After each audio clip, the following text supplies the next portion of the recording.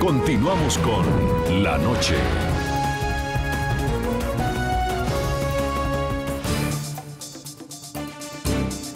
Sumando fuerzas contra el terrorismo, en medio de la conmoción mundial por la amenaza que representa el yihadismo, el presidente estadounidense Barack Obama recibió al primer ministro británico David Cameron.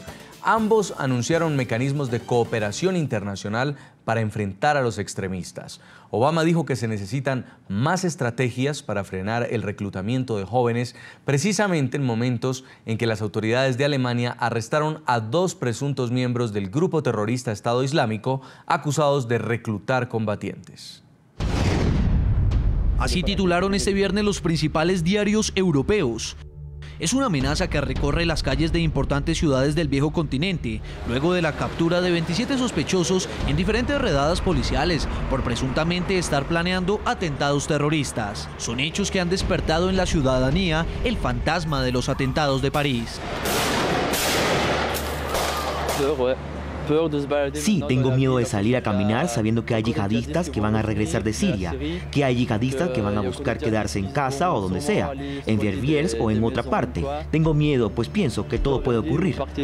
Mientras que en Bélgica las autoridades prefirieron no revelar las identidades de los 13 detenidos de planear atentados terroristas, en Alemania se conoció que 2 de los detenidos son señalados de haber reclutado combatientes para el Estado Islámico en Siria. Se trata de Ismet D, de 41 años, de nacionalidad alemana, pero de origen tunecino. Se le acusa de liderar un grupo de islamistas. La red estaría formada por turcos y ciudadanos rusos procedentes de Chechenia. Y al otro acusado, identificado como Emin F., se le acusa de haber apoyado financiera y logísticamente a miembros de su grupo en el desplazamiento hacia Siria. En otro punto del planeta, en Estados Unidos, el presidente estadounidense Barack Obama recibió a su par británico David Cameron en medio de la conmoción mundial por la amenaza terrorista. El mundo se siente enfermo por este terrorismo, así que no estarán solos en esta pelea. Sabemos contra qué nos estamos enfrentando y sabemos cómo vamos a ganar. Ambos anunciaron mecanismos de cooperación internacional para enfrentar a los yihadistas. Obama aseguró que se necesitan más estrategias para frenar el reclutamiento de jóvenes. David y yo tenemos que continuar con el entrenamiento de las fuerzas iraquíes y que no vamos a acabar hasta que esta organización terrorista sea completamente destruida.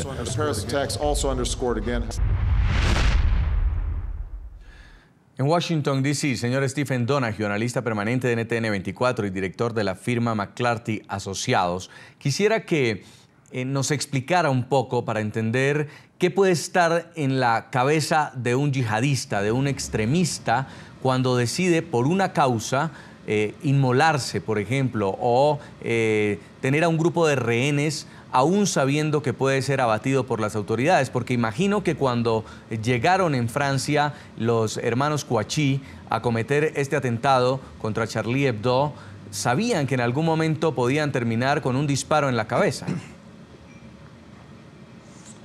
Bueno, quisiera entender mejor ese tema, pero es algo que una mente occidental, una mente educada con educación y universidades occidentales no le cabe en la cabeza muy fácilmente, pero los radicalizados se llaman así porque la verdad es que es radical, es una forma de pensar que deja de tener un amor propio, y en vez de eso se tiran a algo que es fuera de lo que uno comúnmente piensa, y eso lo hemos visto especialmente en estos jóvenes que no tienen ninguna esperanza hacia futuro, que hemos visto en otras partes del mundo, especialmente en el Medio Oriente y en África, el norte de África, donde cuando pierden la esperanza de tener un futuro positivo, no tienen otras opciones y no les importa su propia vida. En Islas Canarias, España, señor Jesús Pérez, analista de seguridad y defensa, ¿usted cómo lo ve? ¿Cómo terminan seducidos incluso jóvenes europeos por un islamismo radical que les puede exigir incluso morir por esa causa? Pues es una cuestión bastante interesante, porque la visión normal suele ser precisamente que la pobreza, la marginación, la discriminación puede llevar a una persona a luchar, pero es que en los últimos año o 2 años con el fenómeno del Estado Islámico, estamos viendo que incluso jóvenes europeos occidentales de buena familia se han convertido al Islam y han terminado allí. La cuestión, por ejemplo, lo que sí sabemos de los hermanos Kouachi de Francia es que eran 2 huérfanos, eran miembros de esa generación, vamos así a llamarlo, como una generación perdida, que son hijos de inmigrantes llegados a Francia. O sea, sus padres llegaron a trabajar y no hubo, decir, estamos hablando de los 50, 60, en aquel entonces no existía el islamismo radical como fenómeno en Europa, y son los hijos que no son ni verdaderamente árabes ni verdaderamente franceses.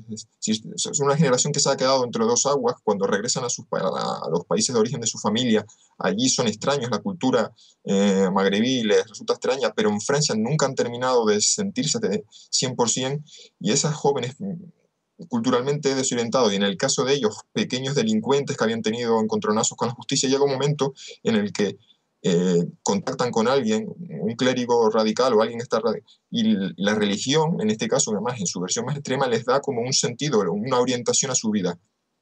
Y pasan de ser nadie, ser unos don nadie, a ser, pues, guerreros, yihadistas, miembros de estar en vanguardia, en primera línea de una guerra global entre el Islam radical y Occidente. Es decir, les da una autoestima, les da un sentido a la vida, les da un lugar en el mundo, y por esa causa pues son capaces de darlo todo.